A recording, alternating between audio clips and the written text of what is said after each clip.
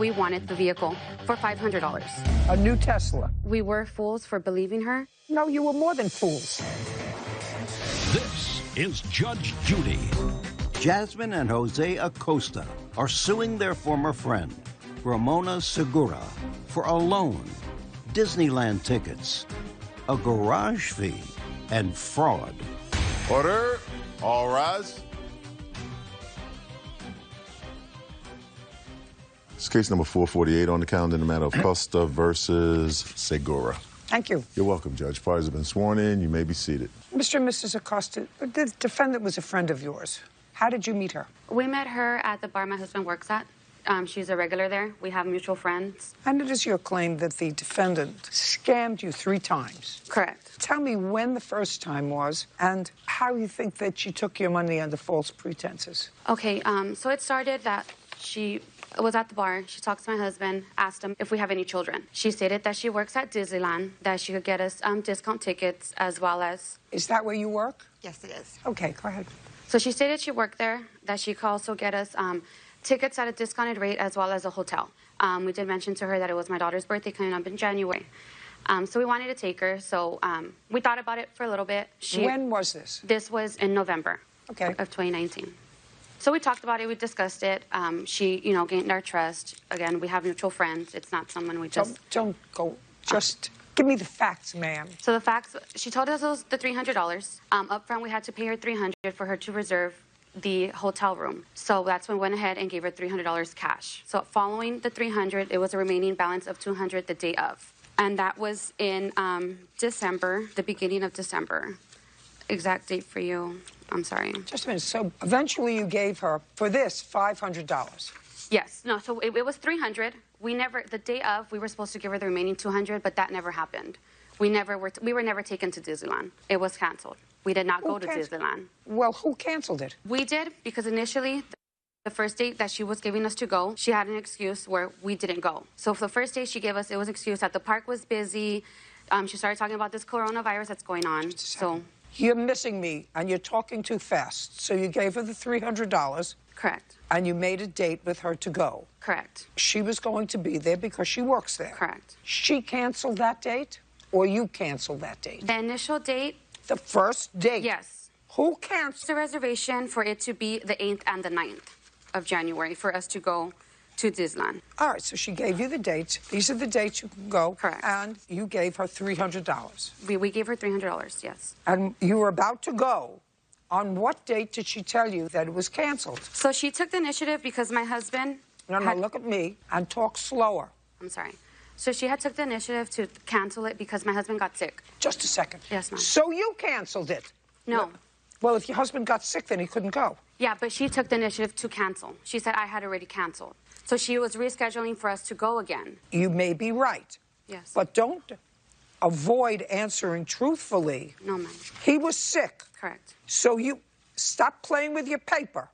He was sick so that you couldn't go on the 8th and 9th of January. Were you sick? Yeah. What was wrong with you? I had the flu. But I want to go because I want to take my kids. We were and then still she going. canceled Just a second. What? You had the flu and you were going to go? So it's my daughter's Well, birthday. that's pretty selfish of you.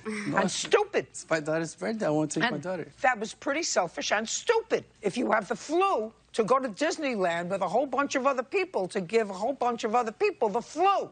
You canceled the 8th and 9th. Did you reschedule? We had rescheduled, but she never gave us a date. And after Disneyland, she tells us that she was coming into a settlement for 20... Did you cancel the 8th on the 8th or the 7th? No, ma'am. When did you cancel it? We didn't cancel. She canceled. No, you canceled. You may say she canceled. Your husband had the flu. He couldn't go to Disneyland. On what date did you let her know that you had the flu? Sir, on She what came to the house that day when I was sick. What day? I don't remember exactly the date, but that was like 2 days before we were supposed to go to Disneyland. And then we were supposed to reschedule the date to go again. And that's when she came with that she got a settlement for $25 million. And that's when she told me I needed more money to pay my rent, if I know anybody. Now tell me about the next alleged scam. Yes. So following that, we became a friendship with her. We've gone out to eat multiple times. She had mentioned that she was going to get kicked out of her apartment, that she did not have funds due to her getting a settlement that she was wrongfully diagnosed by a doctor, causing her to get multiple treatments, and they were rewarding her with $25 million. She said due to the IRS auditing her, her assets were frozen, so she had no money. Us as parents, we did feel bad for her because we even met her son, and she did not have $1,500 to pay for her rent. Well, she's working at Disney. Apparently, she had said that all her assets were frozen, so she wouldn't have access to her money. So since she was getting direct deposit, she did not have access to get any money who could lend her $1,500, and she would reimburse them double that, doubling the $1,500. We went to bed. Again, I felt bad. I am a mother of 3. And we spoke and said, let's lend her the money. On what date did you do that? We lent her the money in November as well, the end of November. She was paying her rent for December of $1,500. Let's leave the hotel room aside for the moment. Okay. Did the plaintiffs give you $1,500? They did. For what? To help me with my rent.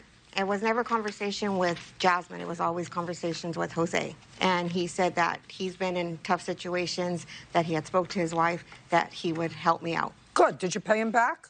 No. You owe him $1,500 so far. You still work at Disney? I do. Your bank's still frozen? No. But with Why?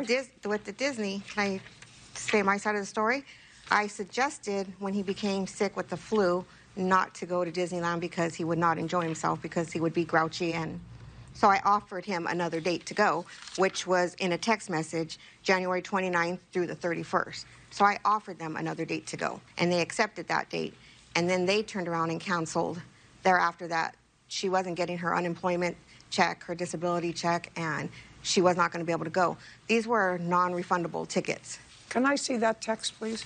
Notice how I sort of glossed over this $300 if you put down a deposit. They take your full deposit. Right, but he was sick, and I... Would you show this to them? So she offered you an alternative date. Yes. And due to me not getting my check from EDD, I never agreed. If you see, there's never a text me saying, yes, we'll take that date. I don't care. You canceled the first time. She managed to get you a second time. Let's go. Let's move on. So far, she owes you $1,500 for her rent. What's next? After that, when she had said that she came into a settlement, she had mentioned to us that she had an abusive boyfriend that became her ex-boyfriend. She had mentioned that she bought him a Tesla. And during the time that she had told us that she had a settlement of $25 million, she wanted to buy a bar. She wanted to buy a bar, and she wanted to go in business with us. And moving forward, prior to the bar, she had told us that she had came into the $25 million settlement. You already said that 5 times. I'm sorry. It's just a whole lot that happened. There's so much in between. So far, she owes you $1,500. $1,500, correct. After Disneyland, when she had told us about the $25 million, we had asked her my husband had asked her let us borrow $20,000 for a home. We were in the middle of trying to purchase a home. She said, no, why don't I just buy it for you guys? Buy it, and you guys pay me, since she's getting that settlement. So now your husband... We still thought Disneyland was real. Yeah. So now your husband is asking her, who he's just lent $1,500 to, for $20,000 from her settlement, because now you see, for a house. For a home, correct. And she said... She said, that's when she had stated, that she'll purchase it and we would pay her back. That she could purchase it cash and we would pay her back. We got in contact with our realtor, and that's when we went house shopping. We went looking at homes for us. We went looking at homes for her. We were everywhere you could think of looking for homes. We actually opened escrow on a home. I have the purchase agreement here, as well as a cancellation. Keep going. We went into escrow with the home. That's when we started asking her for all her bank statements. You need W-2, all the proof that you need to show that where the money's coming from. She had excuses left and right that her attorney... Did you give her any money for this home? No, ma'am. So what do I have to know about it for? Following that, so it's because it's one of the incidents with her, that's where we were back and forth with her with the whole home. I have proof of that as far as... Just a second. You didn't give her any money? No, I didn't give her any money for that. So let's move on. Okay, so then that's where it comes to the car. Where you see the $500 garage fee, she has stated that she had bought her ex-boyfriend a Tesla. She asked us, since we were going to be business partners, if we wanted the vehicle for $500. A new Tesla? A new Tesla, that she had already gave a down payment. No. And that all we had to pay was a $5. Yes. I know. Oh, she sent us photos. She sent us invoices. She sent us everything that made it seem real. We went to the Tesla dealer. We test drove the car. I mean, we went with our whole family. We're a family of 5 with the 3 little ones. What kind of ridiculousness do you think that you can buy a $100,000 car for $500? So she sent us an invoice that said the vehicle was going to be $64,000. That she had already gave a down payment, but since her ex-boyfriend was abusive, and cheated on her with her cousin. I don't care. She didn't want to give it to him, so that's why she wasn't giving it to him. Now she was willing to give it to us for a $500 garage fee since her assets were frozen. Just a second. $500 garage fee, and who was supposed to pay out the $64,000? She had already given a down payment on the car. How much? She had said she had given $3,500. Who was supposed to pay the rest? She was. So far, she owes you $1,500. I have. That's all. I'm not interested. I'm not interested. I can't even take you seriously. Judge Judy continues in a moment. We were fools for believing her. Well, then, no, you were more than fools. But No, you were more than fools. she came around our kids. You were more than fools. You thought you were getting something for nothing. And later today, If the bills were in storage, that you say, she call up the company and say, I lost all my bills, can you send me a copy? Where did you think you were coming today, to the beach?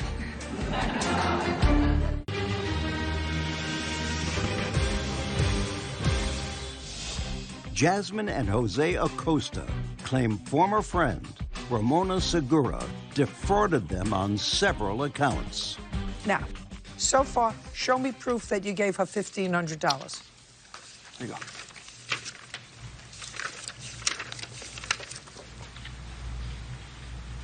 Okay. Ma'am, can I show you what I have for the Tesla? She did send us information for it. No.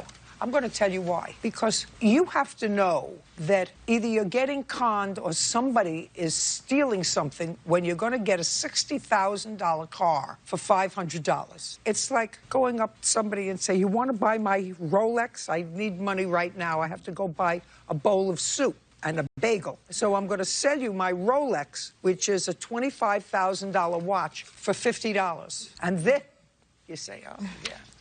That Rolex, probably stolen. But if I could buy it for $50, why not? You think that the courts are going to help you? I understand that we were fools for believing her. Well, then, no, you were more than fools. But No, you were more than fools. she came around our kids. You were more is a whole different thing. She said she needed rent, bank accounts were frozen, whatever it is. She may have felt that she had a couple of suckers, but you knew that you were giving her money, and that money was going in your head was going to her rent. You said, I'm a mother of 3. I realized that. She has a son. But with regard to the car, you thought you were getting something for nothing because somebody was going to get scammed. You weren't signing your name as owners of the car, responsible for the loan. She said that she was putting it under our name. Let's say I believe you that she said, I put down $3,500. Well, that's still $61,000. Who was supposed to pay the $61,000? She said she was. Yeah. Judgment for the plaintiff in the amount of $1,500. We're done. Thank you very much. Parties are excused and they step out. The accusations were false against me. She's a liar. She knows what she's doing. She's a con artist. I didn't owe him anything. Now I can't trust people. Jealous wife. She couldn't handle the fact that her husband and I became really good friends. We're not friends. Absolutely not friends. and now the next case. All parties in the matter of Patterson versus Williams. Step forward. Donna Patterson is suing her former tenant, Glenda Williams, for rent, a car, the cost of a storage unit, and emotional distress. All right, so let me understand this, Miss. There one house on the property or two? There was a mobile home and then a tiny house. And were you living in the house? No, I didn't live there. You didn't live there. You rented to people. Yes. At some point, the property went into foreclosure. Yes. Had you owned the property for a long time? A year. Did you inherit the property or did you buy it? I acquired it. From whom? A former friend and neighbor who no longer had any funds, so she said if I take it over. How much did you pay for it? I didn't. She quitclaimed it to me. Just a second. So you didn't pay for this property that had a house and a trailer on it? Correct. However, that property had taxes on it that you didn't pay. Correct. So your friend gave you the property for nothing. You didn't pay the taxes on it, and you rented. Let me get this clear, because now it's becoming clear to me. You rented the house and or the trailer, one of them, to the defendant. She actually rented a room in the house. How many people did you have renting in the house? 5. So now let's understand this. So you got this property for nothing, you didn't pay the taxes on it, and you were renting to 5 people who lived in the house. They paid you rent. Yes. At some point, all the electricity was cut off in the house and the trailer. So the whole place was being run by... Where you lived, did you have lights? Yes. Air conditioning? No. Heat? No. Do you live in a cabin?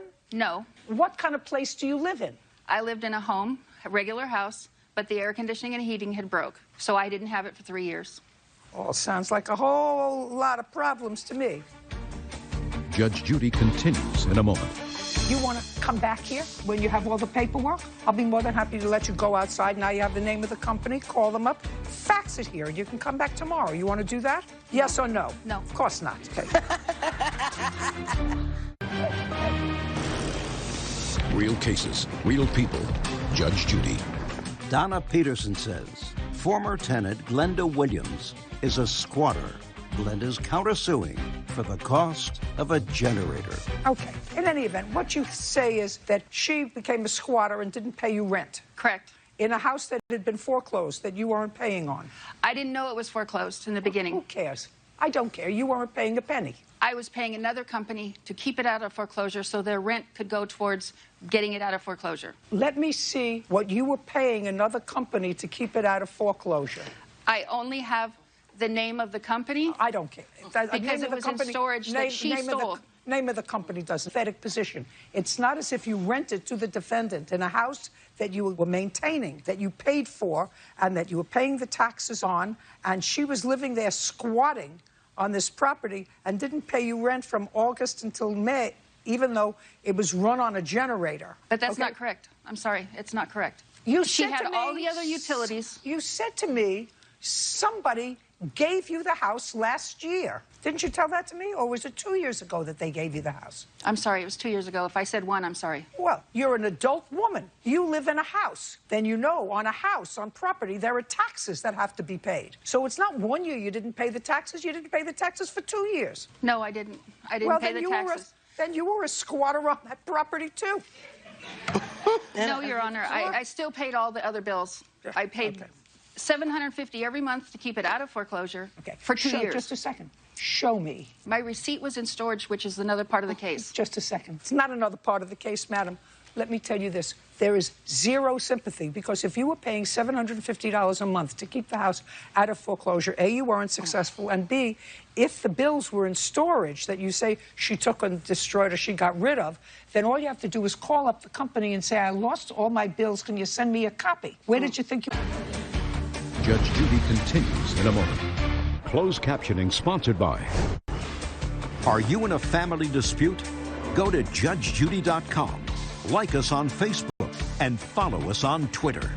Okay. If you paid $750 a month to a company and you didn't have the bills, that company will give you the $750 receipts as copies if it's only over 2 years. We're not talking about 10 years ago. But I just barely found the paperwork that shows the name of the company. Oh, fine. Then you want to come back here when you have all the paperwork? I'll be more than happy to let you go outside. Now you have the name of the company, call them up, fax it here, and you can come back tomorrow. You want to do that? Yes or no? No. Of course not. Okay.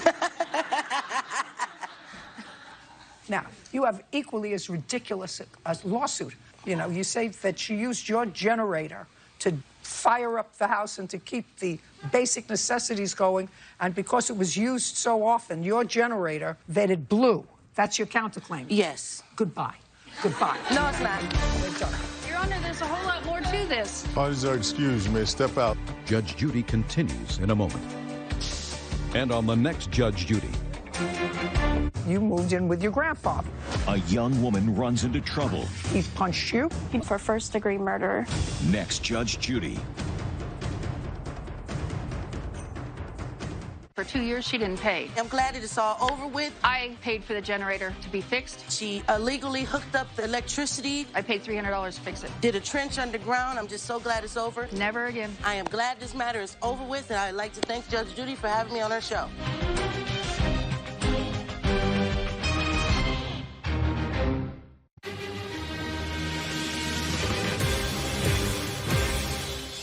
It was a risk taking him in. As the mother of 2 children, you invited a perfect stranger to move into your house after knowing him for 2 weeks. And the reward wasn't worth it. I told him, you know, you need to pay. How were you contributing to the household? Mostly I cleaned. Other than being tidy, he paid no rent. Big surprise. He's a 27-year-old man who was living with his mother. This is Judge Judy. Baylin Hummage is suing her ex-boyfriend, Mason McNatt, for breaching a lease and for an unpaid loan. Judge, this is case number 2 on the calendar in the matter of Hummage versus McNatt. The parties have been sworn in. You may be seated. Let me understand this. The two of you met on the internet. Is that correct? Yes, Your Honor. And you met on Teen. Correct. On what site? Tinder, Your Honor. And how long did you have a relationship online? Maybe a week at the most before we met in person. And where did you meet in person? He and his friend traveled from his hometown in Ridgecrest, California, to my home in Rosamond, California. It's about an hour drive, and we went to dinner at Outback Steakhouse. I believe that was where we went. It was Claim Jumpers. Sorry. Okay, that was your first date? Yes. With his friend? With his friend and my 2 children. So it was kind of more of a friendship gathering versus an actual romantic date. Okay. And when did you have your first actual romantic date? As a mother, a single mother of 2 children, 2 babies that were only 6 months and 1.5 years old at the time, I can't say we ever had a romantic date out. Well, you met him in March. Now I know you have 2 little babies. Yes. And where is their father? Their father lives in Palmdale, California. I hold full legal and full physical custody. In what month did Mr. McNatt move in with you? Mr. McNatt asked me to be his girlfriend exclusively on April 14th, 2019. That same day of meeting him, he wanted to be your exclusive boyfriend and asked to move in with you. Yes, he never went home after that day. So after a couple of weeks? Correct. Well, that was certainly interesting, Mr. McNatt. Where did you live prior to that, sir? With my parents in Ridgecrest. How old are you? I just turned 27. So hankering to get out of the house. A little, yeah. Okay.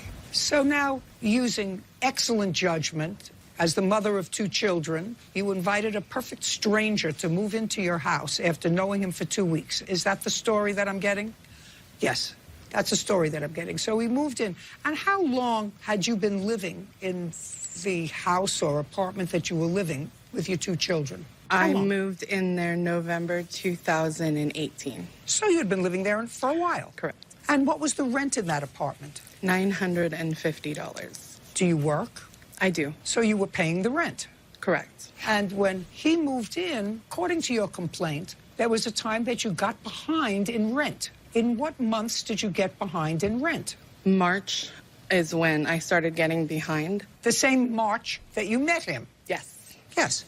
And why were you getting behind in rent? I had job panicking, and I did borrow a little bit of money from my mother in April, about 6 days after Mason and I started dating officially. I was served custody paperwork from my ex, who was trying to take me to court to take 50-50 custody. And because that was a domestic violence relationship for 4 years, it was terrifying. So I took about a month off of work. Just a second. So when he moved in, your ex-husband or your ex sued you. You were served with papers, custody papers. Yes. And what did you do? I became very, very overwhelmed and afraid because he was domestically abusive to both the children and I. So I took a month off of work. Okay. To allow myself to get the legal help that I needed. I was driving to Bakersfield because that's where my court case was, spending hours and hours at the family law facilitator. So just a second. So you took a month off from work, and you had reduced income, and you got in April, and you got behind, and so what did you do? I mean, right now, you want him to pay. What your lawsuit is. Oh, you're asking about what did I do to get money? Primarily to get money. Got it. I'm trying to figure out. You and Mr. McNatt were a couple from mid-19. Mr. McNatt, when did you move out? What month and year? I moved out in October of 2019. So you were together for about 6.5 months or 6 months. Is that right? Yes. Now, did you move from the house that you were living with when you first moved in with her to another place? Yes, we did. In what month? We left the Rosemont apartment in the end of August. and got on a lease in September. Where did you live when you left the Rosemont apartment in August? We moved to Lancaster. We went on a lease together in Lancaster. You signed a lease. And Yes. how much was the rent in the lease in Lancaster? $1,350. Because we were behind on rent. And I also, as a school librarian, I don't work over summers, so I didn't anticipate any way of how I could catch up. We took a personal loan from my sister, Amber Berry, for the outstanding rent balance of $5,000. Amber Berry... You mean for the old apartment? Yes. You mean for the old apartment? Yes. So our intention was to catch up on rent and stay there. Mason and I agreed we would pay my sister back half of the loan when our taxes came in for the 2019 year. So I attempted to use the money from the loan, and I had the check was returned, and it was a cashier's check with a Post-it on it that said, "We cannot accept your payment. Please contact our legal department," with a phone number. So I contacted the legal department and I said, I have every penny that I owe you. I even have whatever outstanding attorney fees you may have acquired, because I know that is my responsibility to pay. They were trying to evict you for non-payment of rent. Correct. Well, you've left that big part out. Yeah, no, I was trying to get to that. I'm so sorry. Yeah, well, but that's where we're at. You had not paid your rent for how many months? 4? It was 4 months with late fees and... Okay, so they said we can't take that because we've already gone through an eviction process. Correct. And goodbye. Yes, and goodbye. so they said okay. we were not going to accept your payment. So Mason and I decided that we would start looking for a place to move together. Great. Now, when you found the place, Mr. McNatt, you signed a lease. Yes. Were you working at the time? Yes, I was. What kind of work do you do? I mostly work with adults with autism. Do you get paid by the state? No, they're private companies. So you work for a private company? Yes. I want to know who you get your check from and how often do you get a check? I was paid commuting from Rosemont to Ridgecrest every day. How are you contributing to the household? Mostly I cleaned. I practically cleaned up every single day I was there. I cooked whenever possible. That means you're a neat program. Let's talk about money, cash. Yeah. I helped with bills on occasion when I could, but I was commuting to and from Ridgecrest every single day, and I was eating up a lot in gas. So while you were living with her in the old place, you didn't contribute at all to rent? No. Well, if he didn't contribute at all to rent in the months that he lived in your old apartment, what made you think that he was going to contribute to rent when you moved into a new, more expensive apartment? Promises. In the initial apartment, he did not... Promises. In the initial apartment, we didn't have any type of agreement, but when we moved into the new home, it was... You don't need an agreement. He's a 27-year-old man who was living with his mother, and he had a job, and he moved into your apartment, and other than being tidy, he paid no rent. So I want you to tell me so that I'm going to believe it, because then you borrowed money from your sister, because he had never paid rent. So you borrowed money from your sister to catch up on the rent because you wanted to stay in your apartment. Then you used that money from your sister, because they evicted you, to get another apartment. So now I want you to tell me what I'm going to believe that he was going to contribute to this rent. He was in the process of becoming a correctional officer, of which I do not know what the end result was. He also had applied and taken the testing and passed to become an LA sheriff. He had made multiple attempts. But he didn't have a job. Right. But so the relationship ended a month into our lease because of, I told him, you know, you need to pay. And he begged and said, I have nowhere to go. Please don't do this. I said, I'm not kicking you out. I have to go home. Judge Judy continues in a moment. You're a mother of 2 small children, and the relationship that you started on Tinder and had somebody move in 2 weeks later didn't work out. Big surprise.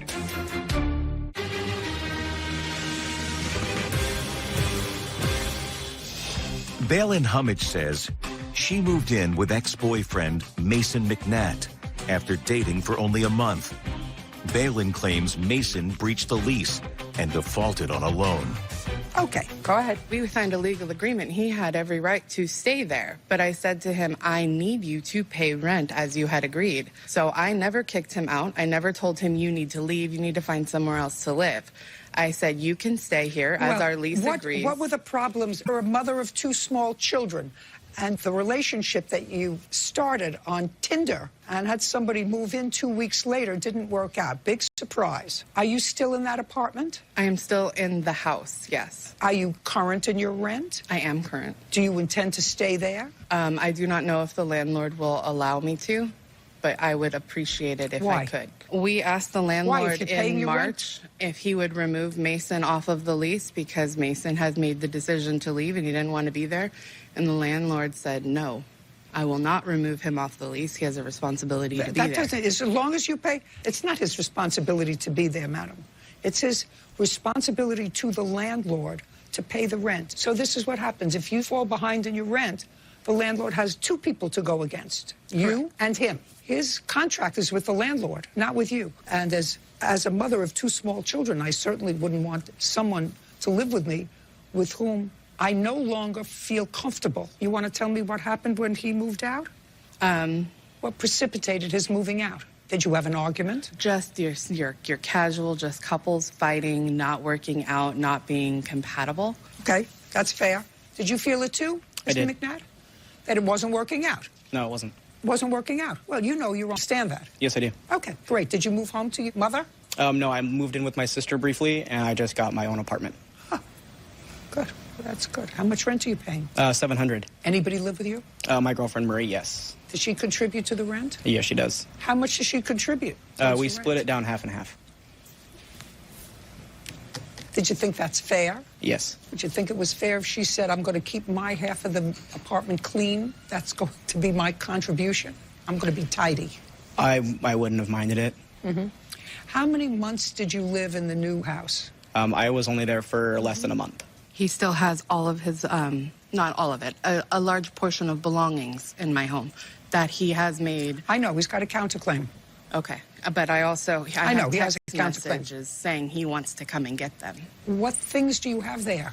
I have a lot of tools that I left there, as well as a bin full of old pictures and writings from my deceased best friend, as well as my mentally ill cousin. I wasn't able to get everything. Okay. Within 5 days from today's date, you make arrangements to go and get all your stuff. If you don't get anything within 5 days, she's going to get rid of everything that she has that belongs to you that she doesn't want. Do you understand? Yes. Your Honor, I have scoured my entire house with the help of letters or anything of like that. I have an old toolbox. I have a heater. I have a fan. Listen, whatever you have, put it in a large box. If you give her the date, you will be there. You have a front porch, I assume. Yes. She's going to put it out between a 2-hour period on the date you give her.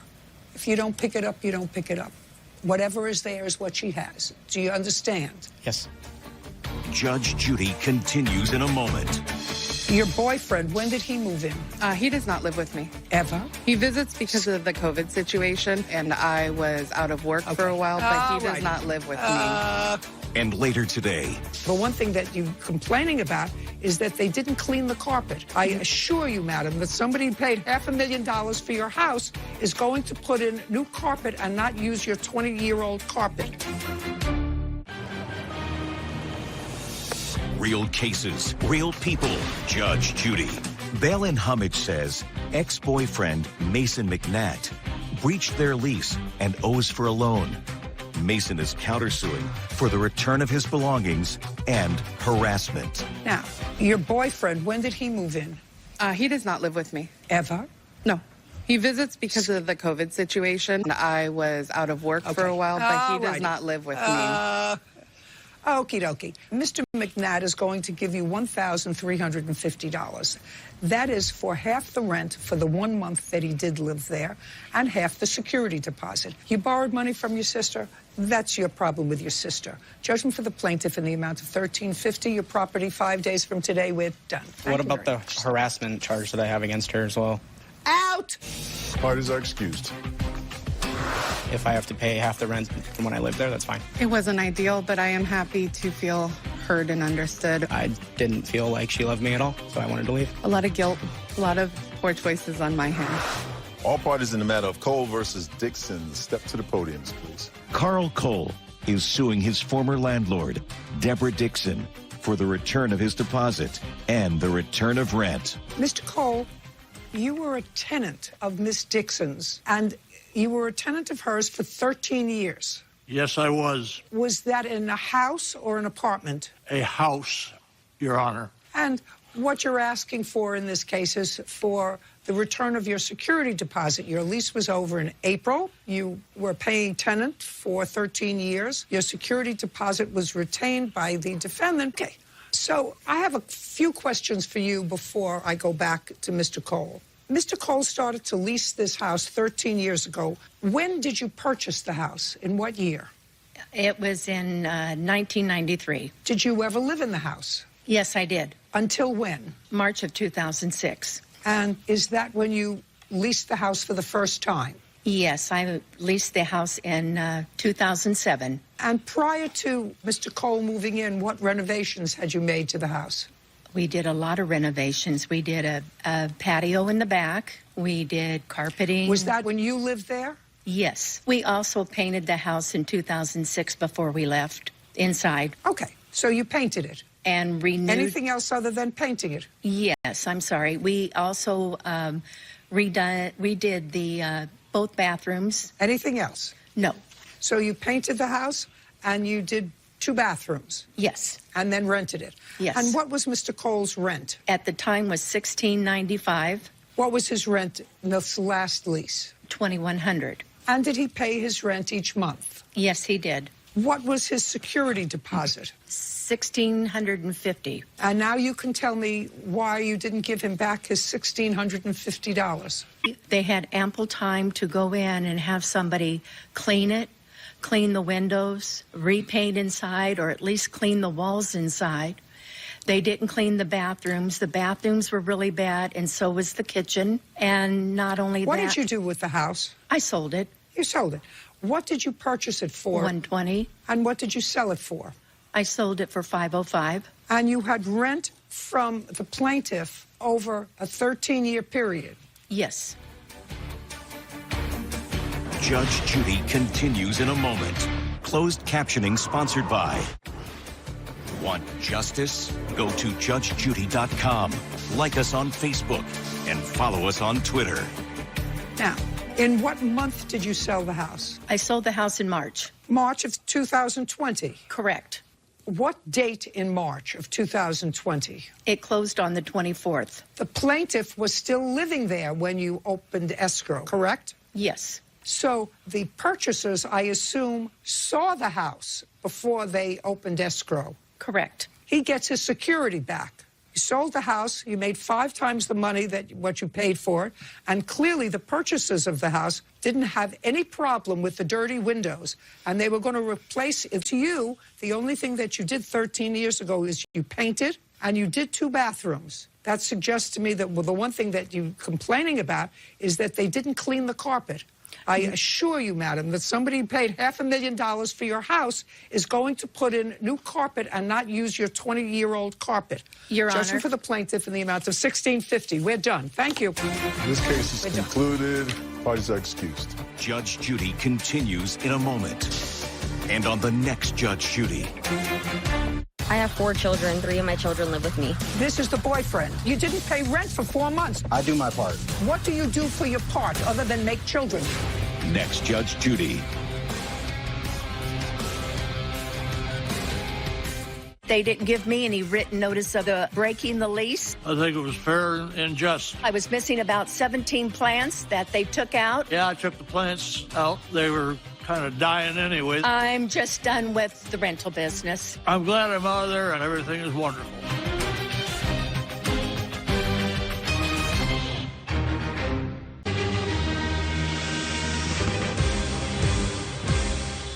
When you buy a used car, you buy it as it is. This couple thought they were covered. Who wrote up this bill of sale? I did, Your Honor. $1, you would take the car back. Correct, Your Honor. Then a breakdown showdown. As soon as we got on the freeway, the check engine light turned on. You sold this car within a couple of months. Something doesn't smell right to me. This is Judge Judy. Zachary and Alexa Parry are suing Diane Donges for the refund on the sale of a car, repair costs, and registration fees. Your Honor, this is case number 22 on the calendar in the matter of Perry versus Donges. Parties have been sworn in, Your Honor. You may be seated. Thanks, Bird. Mm-hmm. Mr. and Mrs. Perry, you purchased a used car from the defendant that you found on Craigslist, and that was in July of this year. Is that right? Yes. And now we're about 6 weeks later, and you're dissatisfied with the car. You want your money back. Yes, Your Honor. That's where we're at. And Ms. Donges says you bought a used car. You bought it as is. There was no warranty on the car. Do you have a bill of sale? I do, Your Honor. I brought it with us today. I'd like to take a look at it. Awesome. Could you put it up there for me? Thank you. Make, license, model, VIN, undersigned firms that the above information is accurate to the best of her knowledge. Refund if does not pass SMOG or initial or more. Sell is nullified. And then the seller's name, July 17th, and the buyer's name. Okay. So that's a very interesting. Who wrote up this bill of sale? I did, Your Honor. Ms. Donges, you read the bill of sale before you signed it? Yes. And you understood that by signing this bill of sale, what you were saying is that you were only warranting two things. That the sale was nullified if the car didn't pass SMOG. Did the car pass SMOG? It did, Your Honor. And the only other thing that you were warranting was that if repairs on the car exceeded $1,000, you would take the car back. Correct, Your Honor. And I would assume Mr. and Mrs. Perry are going to tell me that the transmission went on the car and the repairs are in excess of $1,000. Yes, ma'am. Correct? Yes. Okay. So you bought the car on, did I see July 17th? Yes. And I understand, and I read in the papers, that when you bought the car, you knew that the air conditioning wasn't working. Yes, so the defendant had told us that it should just need an AC service. Well, what she told you is not an issue. You knew that when you bought it, the air conditioning wasn't working. Yes. Did you have the air conditioning fixed? We did. An AC flush costing about $125. That's not what I asked you. Listen to me. It's not what I asked you. I asked you how much it cost you to fix the air conditioning. It cost us $618. Okay, so that's less than $1,000. Correct. So far, the defendant is in the clear. Correct. In what month did you have the air conditioning fixed? On the 7/21, so within 3 days. Good. Couple of days. Yes. And the car was running okay until that time? We actually didn't drive it except to the air conditioning shop, which is less than a mile from our apartment. Okay. And you picked it up on the 21st? We picked it up on the 22nd. When did you again have trouble with the car? So the following day, the 23rd, we got in the car to take it to our mechanic. And as soon as we got on the freeway, the check engine light turned on. We felt unsafe continuing. Our mechanic is about 40 minutes away. So we turned back and went to our house. That was the first time we had driven it, even on the freeway. And so the following morning, we took it back to the same mechanic that had done the air conditioning repairs. And that's when we found, we got two estimates for the transmission ranging from $4,200 to $6,200 for a rebuilt versus a brand new. And then we got a $4,800. Okay, do you have those estimates? I do. I'd like to see them, please. So this one is for the brand new transmission. Okay. This one is for the rebuilt transmission at the same shop. Okay. And this one is from the second place we got additional opinion from. Okay, all more than $1,000. Yes. On what date did you call the defendant? I shot her a text message that afternoon asking for her email. On the 23rd? On the 24th. On the 20th? Yes. She did not respond, so on the 25th, we sent her a piece of registered mail and a text message with all of the estimates, as well as a demand letter asking for our money back in return for the car. And we never heard from her. Where is the car now? It's still parked in our parking spot. It hasn't moved. Is the car currently registered in your name? It is. You bought the car 3 months before you sold it to them, is that right? Yes, it is, Your Honor. Who did you buy it from? I purchased it from a shop in Vista, where I live. Name of the shop, and tell me why you purchased it. The owner there, I purchased a different vehicle from him previously, and I'd paid off that vehicle, and it was not as nice as the Elantra. When I went to go pay off the vehicle, he said, I have a better vehicle for you if you'd like to get out of the older one. And I said, sure, because the other vehicle that I was driving didn't look great, and I was ready to go into the new Elantra. So that's why I purchased it from him.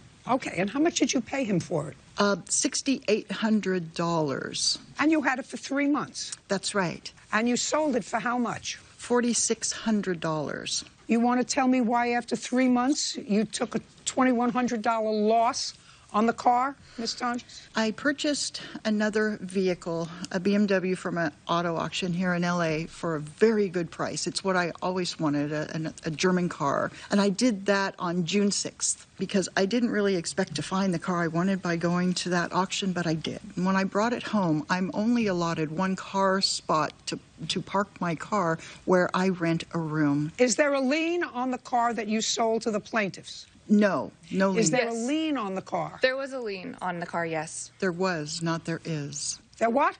There was, because I was purchasing that other vehicle, the Hyundai Elantra. Listen to me carefully. Okay. On the car that you sold to the plaintiffs, was there a lien? That's a yes or a no? There was a lien holder, correct. Yes. The shop. How much? It was $4,640 was what I had to pay. Did you pay them off? Yes. Just a second. Did you pay them? Yes. Is my question. Did you pay them? Absolutely, yes. Did you pay advanced auto? Yes. Is that correct, that you got a clear title to the car when you registered it? Yes, Your Honor. And you paid $4,600 for the car? Yes. Is that correct? And you want your money back? Yes, ma'am. And pursuant to the contract, Ms. Donges, they are entitled to their money back because in order to fix the car, to make it drivable, they have to spend more than $1,000. You signed the agreement. You sold this car within a couple of months. Something doesn't smell right to me. Ordinarily, you do understand that when you buy a used car, you buy it as it is. Just for my own information, what prompted you to put in that caveat in the contract that said if any of the mechanics need fixing in excess of $1,000, without a date, by the way? It doesn't say within a week, within a month. It just says, $1,000. What prompted you to put that in? So typically when I have bought cars in the past, I like to have a mechanic look at them. But the defendant worked until 7, so I'm comfortable not having a mechanic able to look at it, so I thought that might just protect us. That's very good, because I was going to say, good idea when buying a used car to have a mechanic check it out. Yeah. But in this case, the contract is clear. You're entitled to your money back. Judgment for the plaintiff in the amount of $4,600. Thank you. We're done. This case is concluded. Parties are excused. Well, we're very happy to get our money back and finally be able to put this behind us and move on. I've learned do not sign anything that's kind of open-ended like that. With the transmission issue, we don't know what's going to happen. I'm not a car mechanic, and I don't know that. That said, they got a really good deal for the $4,600, and if they didn't want the vehicle... And we were trusting heavily with what our mechanics was saying. Perhaps they should have put a for sale sign up there, because there's nothing wrong with the transmission. We wanted to make sure all of our T's and I's were dots and crossed so we could make sure we have a safe vehicle for my family. There was just nothing wrong with the transmission. There was maybe some buyer's remorse. The first time when I was driving it to get it looked at and the check engine light came on. That I understand now, whenever I purchase a vehicle and it says at the bottom as is. Definitely have your mechanic look at it next time, even though we have a great contract. That's for a reason. I will never do this again. It would have saved a lot of time and energy if we would have met at a mechanic. All parties in the matter of Curlin versus Morrell. Step to the podium, please. Graham Morrell for backing into his car in a convenience store parking lot. Mr. Curlin. Yes, Your Honor. Each one of you claimed that an automobile accident that occurred in a parking lot was the fault of the other. And according to what I read, this automobile accident happened on January 20th of this year. That's correct. And you were driving a 2019 Honda. That's correct. Do you own it or lease it? I own it. When did you purchase it? I believe November of 2019. You bought it new? It was used, 6,000 miles on it. Who did you buy it from? Norm Reeves Honda in Huntington Beach. Did you pay cash for it? No. Or do you have a loan on it? I have a loan on it. You have a loan on it? Yes. And who holds the loan? Honda Finance. And in your agreement with Honda Finance, you have to maintain insurance, both liability and collision. Yes, Your Honor. Did you have insurance? I did. And what was the deductible on your insurance? $1,000. Okay, so that your claim for $5,000 is sort of ridiculous, right? Because you had the car fixed, I assume. I got the car fixed. The number is contingent on what I had to go through. I don't care what you...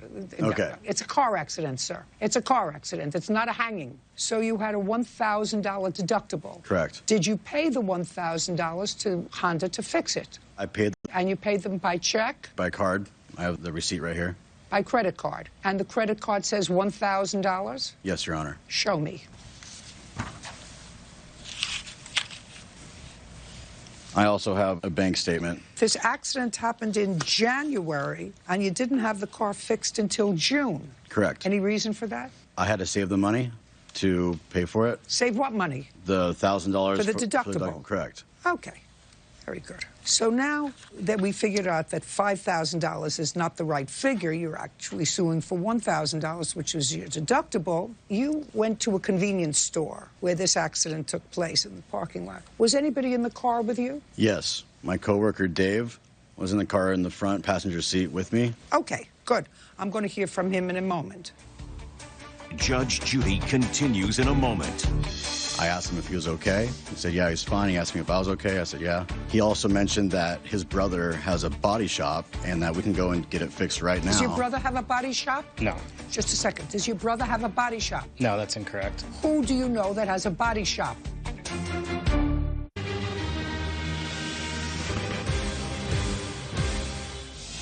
Graham Curlin says fellow motorist Jeremiah Morrell was car. What time of the day did you arrive in the parking lot to go to the convenience store? Around 12:30. What did you buy? I believe some water. I was on my lunch break from work. Had you had lunch? I did. And we went there What did you have for lunch?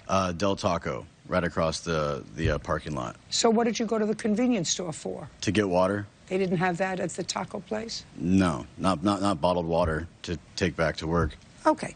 Did you want the bottled water, or did your friend Dave? I believe he got some items, but I went there to get a beverage for myself. And you got it and got back into the car? Correct.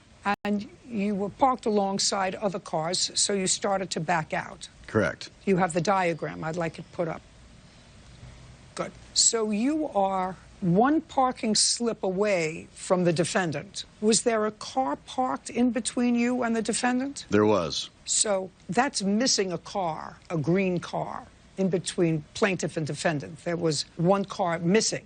Correct. In that diagram. Correct. Okay. So you pulled out backwards and you were proceeding to exit the parking lot. Correct. And at what point did you see the defendant starting to back out? As soon as I had a view of his truck from the top of the car that was next to me, I braked to a complete stop. Just 1 second. What kind of car was parked in between? A sedan. Do you remember? I don't remember exactly what it was. It was a sedan, though. It was a sedan? Yes. Do you remember, sir? Yeah, it was a van. It was a van? Yeah. So a big car? Yeah. So when you saw him starting to pull out, you applied your brakes? Correct. What happened next? I held my horn down without lifting it up. My car was completely stopped. I had my horn down. His truck continued to back out. I'm assuming he did not hear me. His trailer hitch impacted my grill where he did not stop. He continued until his bumper pushed up my hood. I have the evidence of the pictures of what the car looks like afterwards. But at that point, he stopped his car. I saw his reverse lights go, and then he went back into his spot. I pulled right next to him. Me and the witness, my coworker, got out of the car. I asked him if he was okay. He said, yeah, he's fine. He asked me if I was okay. I said, yeah. And then what had happened is his phone didn't work, and so he wanted me to take pictures of everything and send it to him. He also mentioned that his brother has a body shop and that we can go and get it fixed right now. Does your brother have a body shop? No. Just a second. Does your brother have a body shop? No, that's incorrect. Who do you know that has a body shop? Judge Judy continues in a moment. I backed completely out of my spot, came to a stop, and I was throwing my stuff into my insurance. My insurance did their due diligence and decided a no fault for both parties. He's leaving out a bunch of information. Okay, good. Just a second. Real cases, real people. Judge Judy. Graham Curlin says fellow motorist Jeremiah Morrell backed out of a parking spot and backed into his car. Does your brother have a body shop? No. Just a second. Does your brother have a body shop? No, that's incorrect. Who do you know that has a body shop? My brother owns a car dealership, and I suggested that he does have body shops. Okay. That's it. Okay. All right, good. So, and he's a witness to that as well. And I said I believe, so far I'm believing you. You don't have to worry. So far I'm believing you. All right. So I said I couldn't do that. I'm on my lunch break. I have to go back to work. And then he said, okay, let's just let our insurance take care of it. And I was okay. And I asked him at that point, are you admitting fault? And he said, yes. And I also have my witness here to attest to that. We got back into the car. I went back to work. He left. Well, did you exchange insurance Yes. information and Yes. license and Yes, registration? I have pictures You did of that? Yes, I have pictures of all that. Would you like to see them? Okay. I'd like to see photographs of your car. Okay. These are sideways. Mm-hmm. Would you put and on the bumper? Oh, right here. Yeah. I want to know, you said first his car, the trailer hitch, hit the grill or the bumper. Which was it? I don't remember. It was the trailer hitch. The trailer hitch impacted my grill. Your grill? Yes, and then he continued until his bumper was... Continued to go back. Yeah, because he has like a Okay. 2002 Silverado, and so it's higher off Right. the ground. And what you see here is where the bumper hit the hood and pushed it up. And this is another image of my hood, like where it ended up. It ended up Okay. So almost off would the you hinges. take that top picture away and go to the one right before it? Show me, point on the picture. It's more towards one side. It's not right in the middle. Is that correct? Of where the bumper did? Yes. Yes, It's more towards correct. one side. It's on the right Yeah. side. Right. I got it. 'Cause I got it. he wasn't Okay. completely pulled out. Okay. That's enough. Perfect. No, I got it. Okay. Story. Judge Judy continues in a moment. Closed captioning sponsored by. Want justice? Go to judgejudy.com. Like us on Facebook and follow us on Twitter. Okay. Story. I came into the 7-Eleven, and I'd gone inside to grab myself a Red Bull. Then I came back outside, got into my truck. I backed completely out of my spot, came to a stop, like you said. Absolutely. We exchanged information, and I turned all my stuff into my insurance. My insurance did their due diligence, went through all the information, and decided a no fault for both parties. He's leaving out a bunch of information. Okay, good. Just a second. You backed out and you didn't see his little car. That's what happened. You backed out and you didn't see his little car. I backed out, and I looked both ways, and I didn't see his car, and he was in a hurry going through the parking lot. You didn't see his... No. No. You backed out and didn't see his car, sir. That's what happened. Okay. Judgment for the plaintiff in the amount of $1,000. We're finished. Thank you very much. Parties are excused. Judge Judy continues in a moment. And on the next Judge Judy. You were laid off because of COVID. A couple says the virus left them vulnerable. You were illegally locked out. She threatened to punch me in the face. Judge Judy. I think the accidents happen, and I turned mine into my insurance. I gladly paid my $1,000 deductible. He could have done the same. He tried to fight it. He didn't want to pay his $1,000 deductible. I think she's right on. She made a good choice. I'm happy that he got his $1,000. He's got his car fixed. You know, no one really has any integrity these days. I love how he brought up integrity because he's not suing me for the that was the damage. He sued me for $10,000 so him and his buddies could... And he gave me an old insurance card. Collaborate together and take a little vacation. Police do not show up unless there's an injury on site. But I think it's ridiculous that he's trying to sue me for an extra $8,000 for loss of wages. I bet he doesn't make $8,000 a month. I'm glad it's settled. I mean, accidents happen.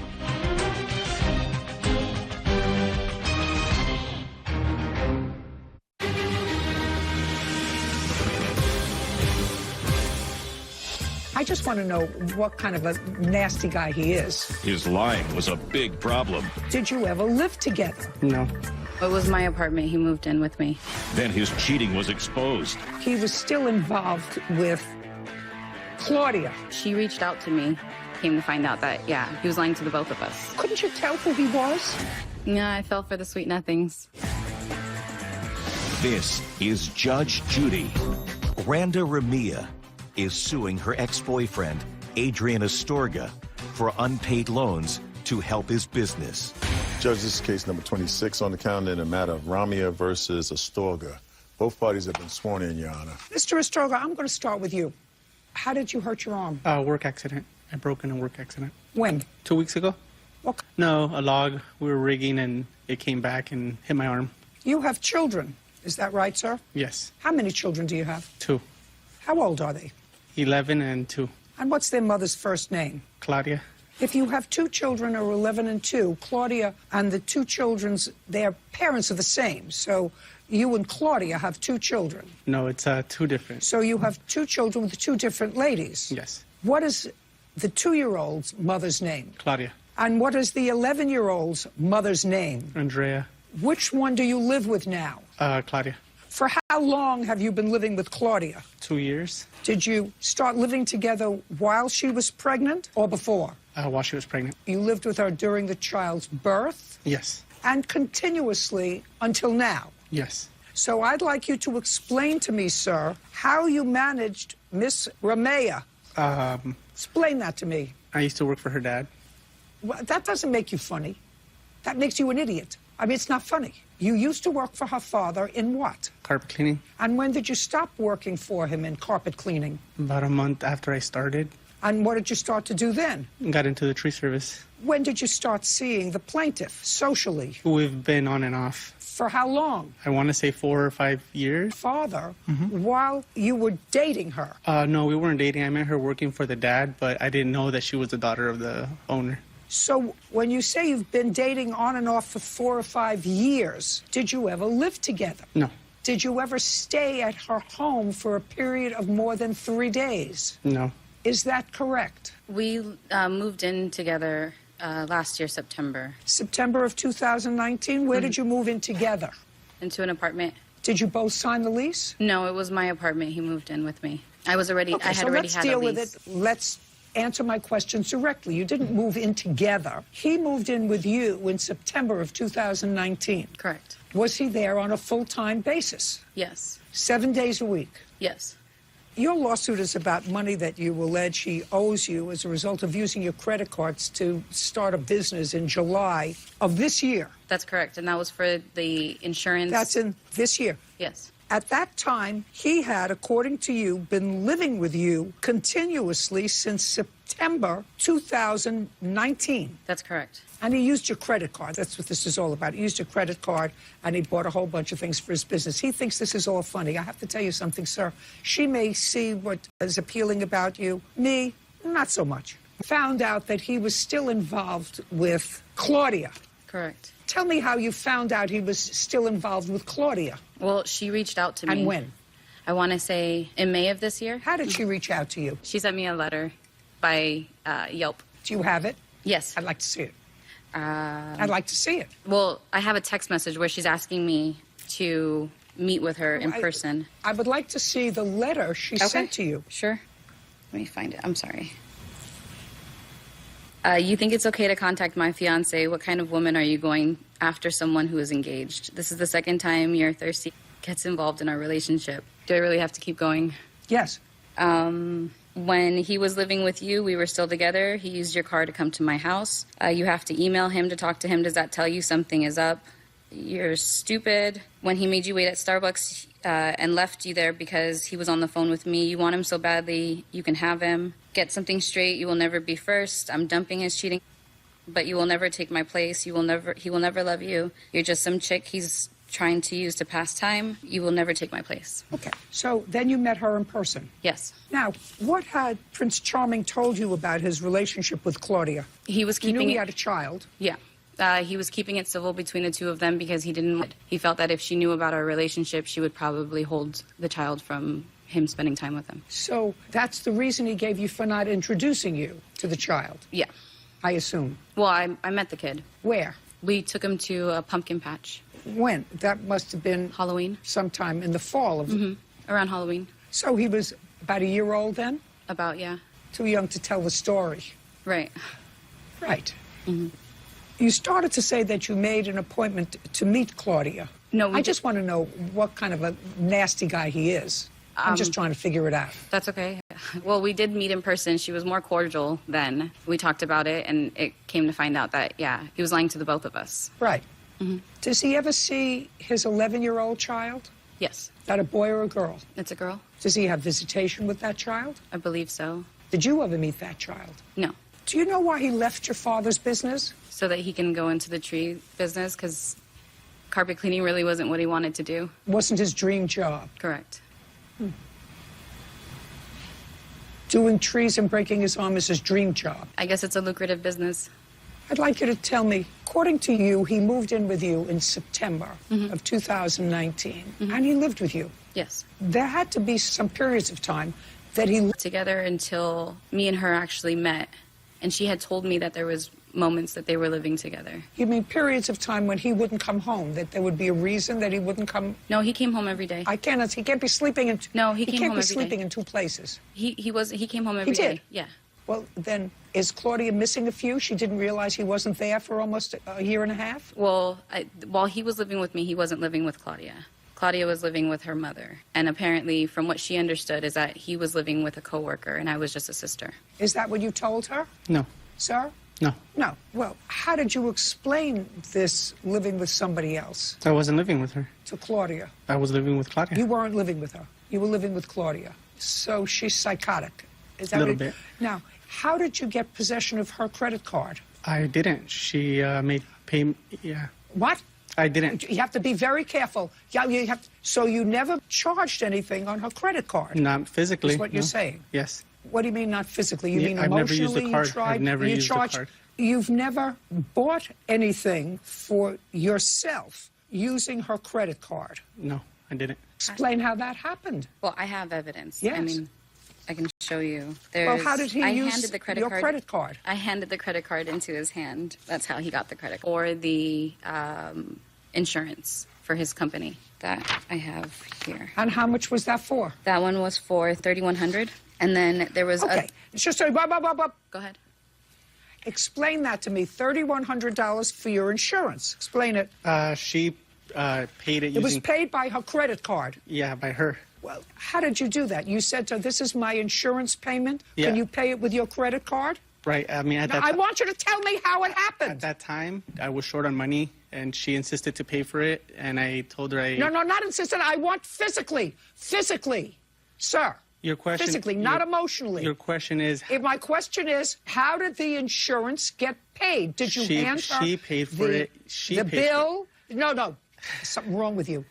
Yeah, I didn't... Did you hand her the bill? No, she made the payment herself using her card. How could she do that? She took out a crystal ball and said, this is about what the insurance payment is? She processed the payment online using her credit card. How did she know to whom to make the payment? Follow my words. How did she know to whom to make the payment? Because she knows. We talk. She was insisting to pay as an investment to her. How did she know the name to whom to make the payment? The company name? Yes, the company name. I mean, she knows everything about. We talk, so she knows the name of the company. She knows everything. How did she know the amount? Well, when the payment comes up on the tells you how much to pay, it tells you right there how much to pay. She paid that amount. No, it wouldn't come up on her machine because it wasn't her business. Yeah, she did it. It would come up. She paid. Yeah, she did. She went online to a state compensation. What an idiot. No, that would be you. Mm-hmm. I hear you. You have to hear me. I mean, if I had a little more time, or if I was not as nice a person as I am, it would be my joy to continue to torture him. Judge Judy continues in a moment. And later today... There was a collision with the plaintiff's car. Yes. You wanted a parking space that badly. You jumped in front of him, nasty, but you found a parking space, and instead of looking and making sure, you threw your car into reverse so that you could make the turn and get the space. Nasty.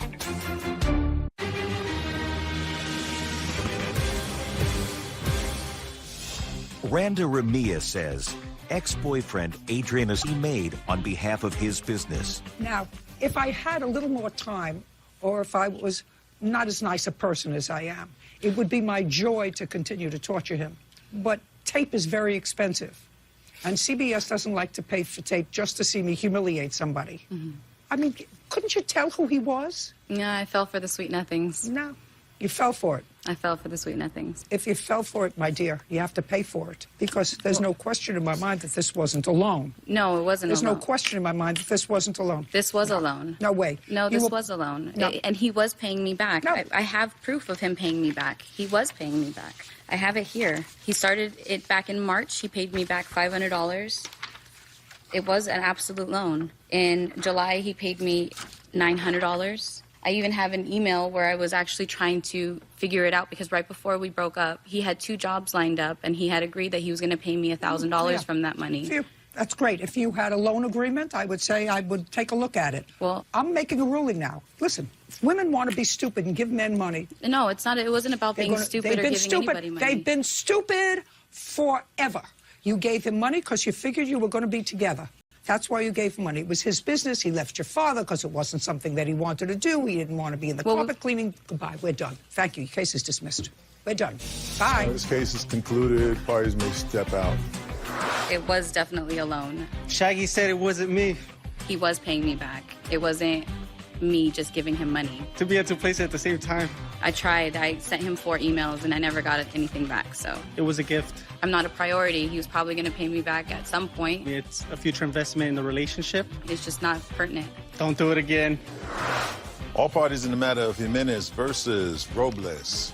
Approach the podium, please. Eric Jimenez is suing fellow motorist Melinda Robles for an accident in a shopping center parking lot. This was an auto accident that occurred on the 22nd of July of this year. Is that correct, Mr. Jimenez? That's correct. And from what I gather from both your complaint and Ms. Robles, from your answer, you were both looking for a parking space in a parking lot. Right. Right. What kind of car were you driving, Mr. Jimenez? I was driving a 2014 Honda Civic EX 4-door. And what kind of car were you driving, Ms. Robles? It's a 2001 Chrysler Town & Country. So it's a big car. Right. Now, on the 22nd of July of this year, Mr. Jimenez, did you have automobile insurance on your car? I did. That was in effect. 2nd of July of this year, did you have automobile insurance that was in effect? Yes, I do. That's a yes or a no? Yes. With what company? With Fred Lawyers Insurance. You have those papers to show me that you had insurance coverage on the 22nd? Yes. I'd like to see them.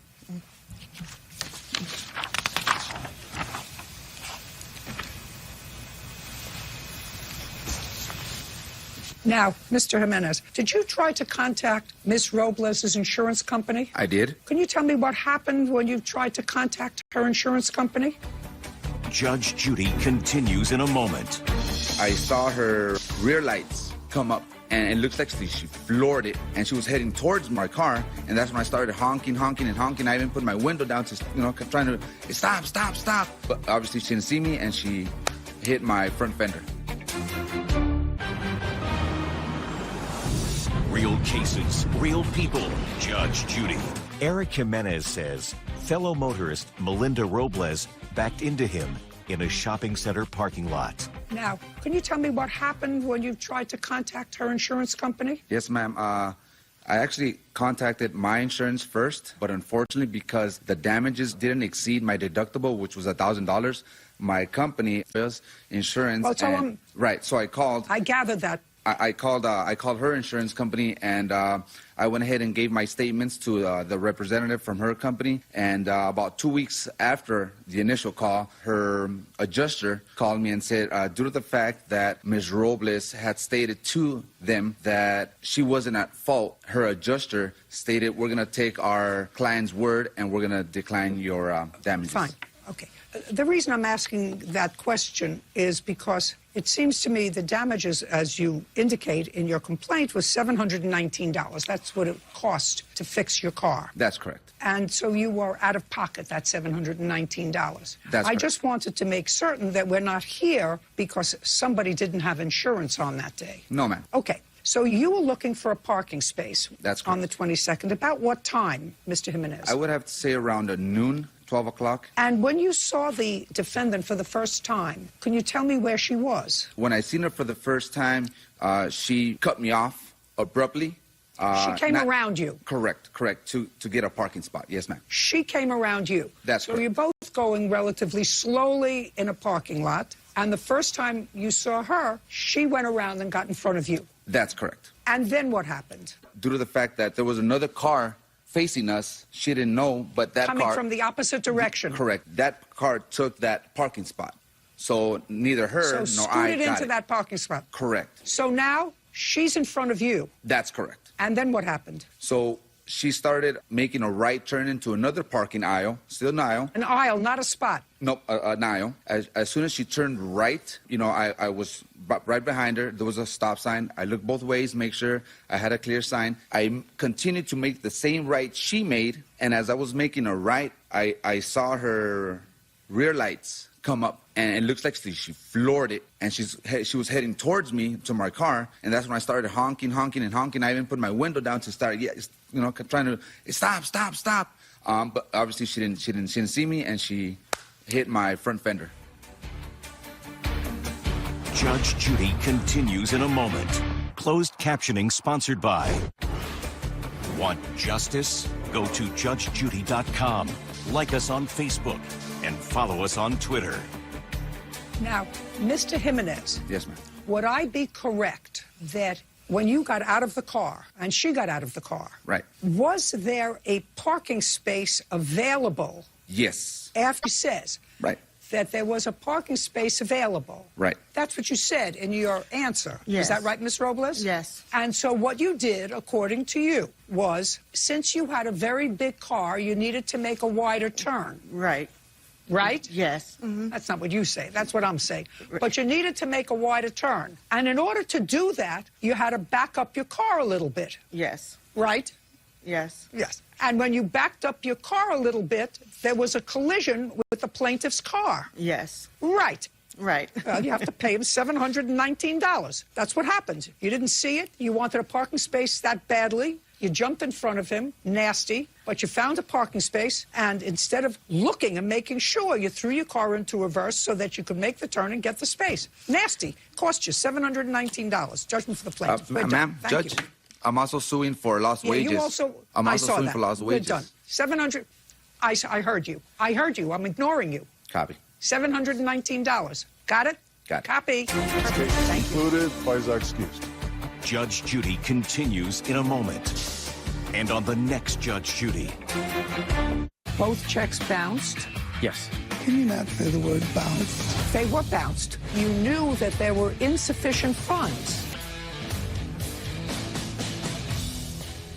I think she's seen through the lies that Ms. Robles was trying to, cop out. He did tell lies. I was in the right of way because I was going first. Not really a sense of urgency. It's just that I had to go to work. And then he was coming out of a thing, gonna make a right turn. So due to the pandemic that was going on, I had to make sure I was stocked up on toilet paper and essential things that I needed to get. he even told me he's seen me backing up.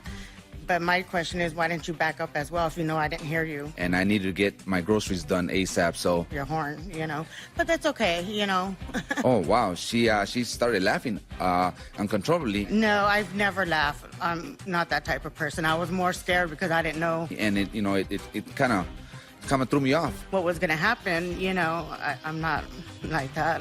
I'm glad that... once again, Judge Judy saw through her, through the lies that she was trying to put. And now I could just get on with my life now. And now